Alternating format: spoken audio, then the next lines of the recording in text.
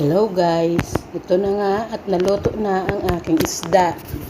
Sinabawang isda, ayan. Tapos yung kanin, ininit ko, muntikan pang masunog. Tara guys, kain tayo. Ay, siguradong papawisan na naman ako nito. Kahigop din ang sabaw.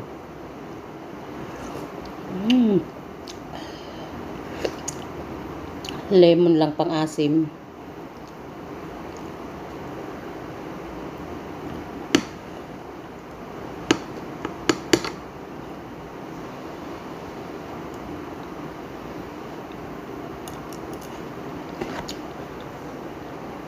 Sarap pag mainit pa.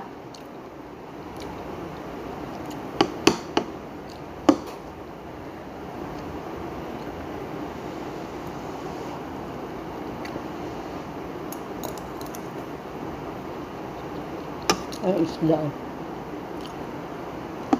Sarap sana yung mga tinik-tinik. Ay, ano to? Mga ulo.